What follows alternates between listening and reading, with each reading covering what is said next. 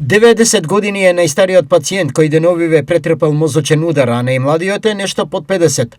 Главната причина се големите температурни разлики кои деновиве Македонија ги доживува, од -4 во Малешевијата до 30 степени во текот на еден ден. Просечната возраст на која што пациентите добиваат мозочен удар за хеморагичните мозочни удари е со нешто пониска возрастна граница, некаде помеѓу 50-та и 60-та година, ретко некогаш и помлади пациенти, а за исхемичните мозочни удари просечната возраст е помеѓу 60 и 70 години.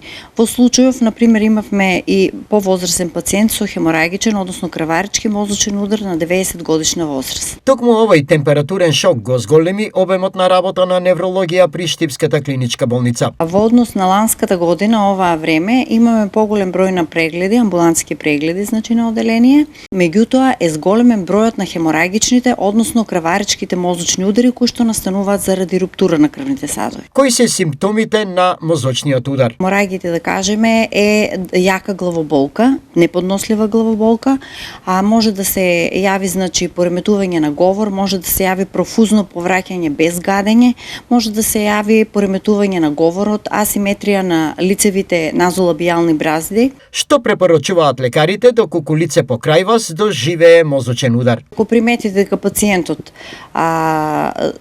има асиметрија на лицето, ако има слабост на екстремитетите, ако има пореметување во говорот, во тој случај веднаш треба да се повика службата за итна медицинска помош и истата што побрзо да го донесе на невролошко оделение. Битен фактор во превенцијата е начинот на исхрана, но и строго почитување на лекарските совети.